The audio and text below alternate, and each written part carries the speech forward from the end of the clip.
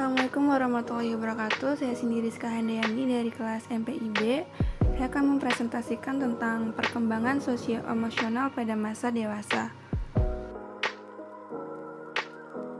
Pembagian masa dewasa ada dewasa awal yaitu 18-40 tahun, dewasa mati 41-60 tahun, dewasa akhir di atas 60 tahun.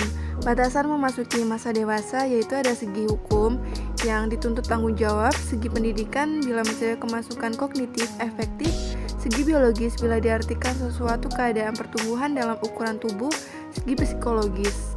Ciri khas perkembangan dewasa dini itu siap reproduktif, masa siap menjadi orang tua dan mengasuh anak, usia menetapkan letak kedudukan dalam pola hidup, usia banyak masalah atau problem yang berkaitan dengan rumah tangga baru, hubungan sosial, keluarga, pekerjaan, usia tegang dalam emosi, ketegangan emosi yang berkaitan dengan persoalan yang dihadapi, misalnya persoalan jabatan, karir, atau perkawinan.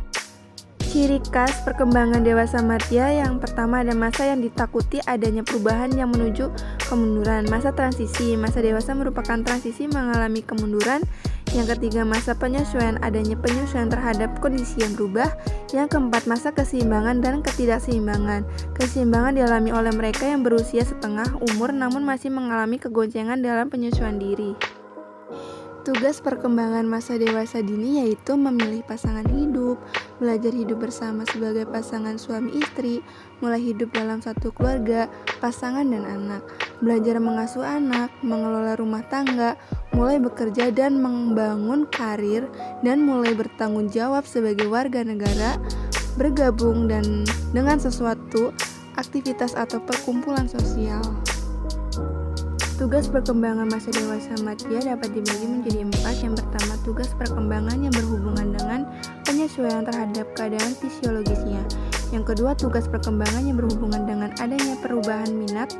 Yang ketiga, tugas perkembangan yang berhubungan dengan penyesuaian jabatan atau pekerjaan. Yang keempat, tugas perkembangan yang berhubungan dengan kehidupan berkeluarga. Perkembangan emosi sosial dan moral dewasa dini. Perkembangan emosi sosial dan moral pada masa dewasa dini sangat berkaitan dengan perubahan dari masa sebelumnya, yaitu masa remaja.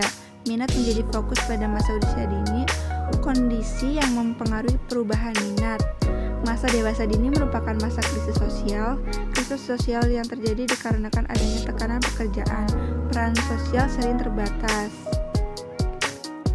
Selanjutnya ada perkembangan emosi sosial dan moral dewasa matia. Perkembangan emosi sosial dan moral pada masa ini berkaitan dengan beberapa hal yaitu pernikahan dan cinta, sindrom sarang kosong terjadi